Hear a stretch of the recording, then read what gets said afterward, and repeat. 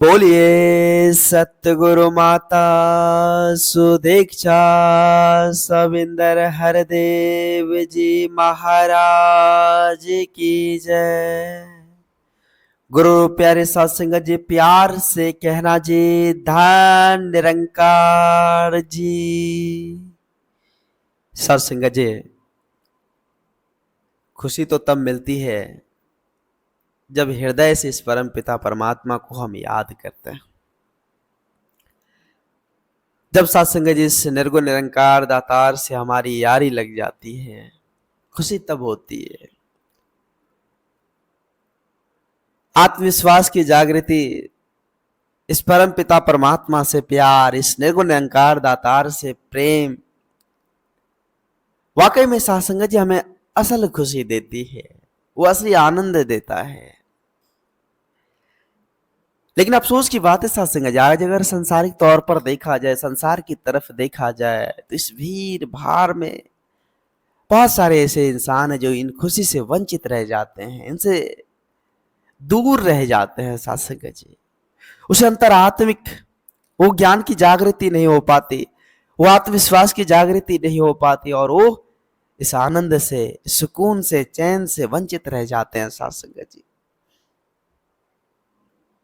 और सत्संग जी विचार करें, आज संसार में अगर देखा जाए तो इंसान के पास फुर्सत ही कहाँ, इंसान के पास उतना वक्त ही कहाँ जिस हरि की चर्चा में अपना समय दे, इस हरि की चर्चा में बैठे, इस निर्गुण निरंकार दातार को याद करे जिन्होंने सत्संग जी हर कुछ सजाया है।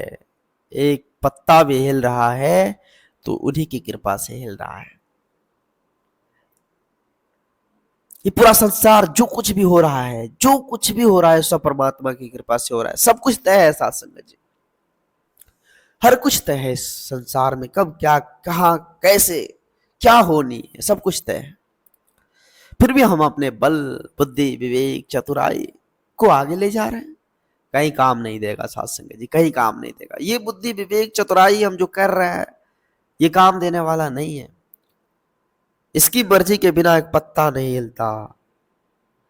इसकी मर्जी होगी तो ही सारा काम होगा, ये चाहेंगे तो ही होगा। हम अपनी मन मर्जी के हिसाब से अगर कुछ करना चाह रहे हैं और इसकी मर्जी नहीं है तो वो काम नहीं होगा, क्योंकि सत्संग जी हर चीज पर इसका शासन है। आप सत्संग विचार करें, जो मालिक है, जो इस जग को चलाने वाले, इस ब्रह्मांड को सजाने वाले हैं, हम उसका ध्यान कर ले, हम उसकी चर्चा कर ले। आज अगर देखा जाए तो भगवान ने इतनी सुंदर बुद्धि, विवेक, रचना, ये सुंदर शरीर, वातावरण, ये प्रकृति, इतने सारे सब कुछ सत्संग जी हम इंसानों के लिए सजा रखा है। और इतनी सुंदर बुद्धि, विवेक आखिर भगवान ने हमें किस कार्य को करने के लिए दिया, इस बात पर भी हमें सोचना होगा। क्यों दी इतनी सुंदर बुद्धि, विवेक? ये हंसने, खेलने, उठने, बैठने, खाने, सोने, पीने की आजादी क्यों दी? सुंदर महल, अटारी, गाड़ी, बंगला, जमीनों, जायदाद आखिर भगवान ने हमें क्यों दी? विचार करना होगा सत्संग जी। भगवान जब इंसान को बनाए थे तो बड़ा खुश हुए थे कि भगवान की भक्ति भजन करेगा, ये हमारी चर्चाएं करेगा। लेकिन आज अफसोस की बात है सत्संग जी, वो अपनी चर्चा में व्यस्त होते चले जा रहे हैं। आज एक जगह रहकर, समीप से समीप रहकर भी दोनों एक नहीं है। कहते हैं कि मैं और मेरा यार दोनों एक ही बस्ती में रहते हैं, मैं और मेरा यार दोनों एक ही बस्ती में रहते, लेकिन किस्मत की भी क्या खूब है, दर्शन को तरसते हैं, दर्शन को तरसते हैं। जो आंख में जो काजल लगाते हैं सत्संग जी, उनसे भी कहीं नजदीक है परमात्मा। ये यार, जिसको यार कहा गया है, ये व्याप्त हर जगह है, कण कण में विराजमान है। कहते हैं ना, हरि व्यापक सर्वत्र समाना। ये हर जगह है, जर्रे जर्रे बिच सूरत तेरी, पात पात पर तेरा नाम। हर जगह है सत्संग जी, इसका कोई ठोर खाली नहीं। लेकिन फिर भी हम इनसे परिचित नहीं है।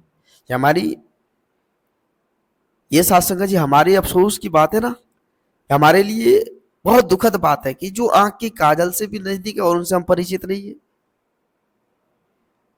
उसको हम नहीं जान पा रहे हैं, जो हर चीज का संचालन करते हैं, जिसके भरोसे ही सारा कार्य हो रहा है, हम उसको ही याद नहीं कर पा रहे। अफसोस की बात है साथ संगत जी।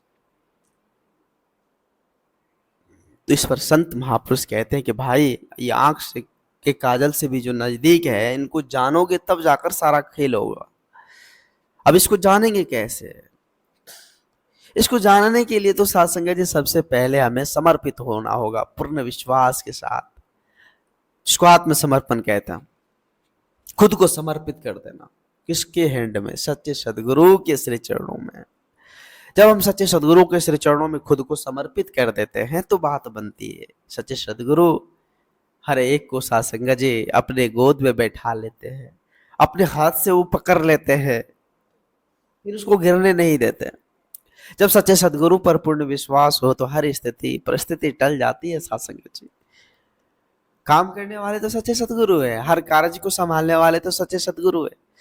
क्योंकि कहते हैं कि गुरु बिनु भव निधि तरई ना कोई, अजो विरंच शंकर सम होई। जब तक सत्संग जी गुरु का संग नहीं होगा, बात बनने वाली नहीं है, चाहे आप भगवान ब्रह्मा विष्णु महेश के जैसा ही क्यों ना हो।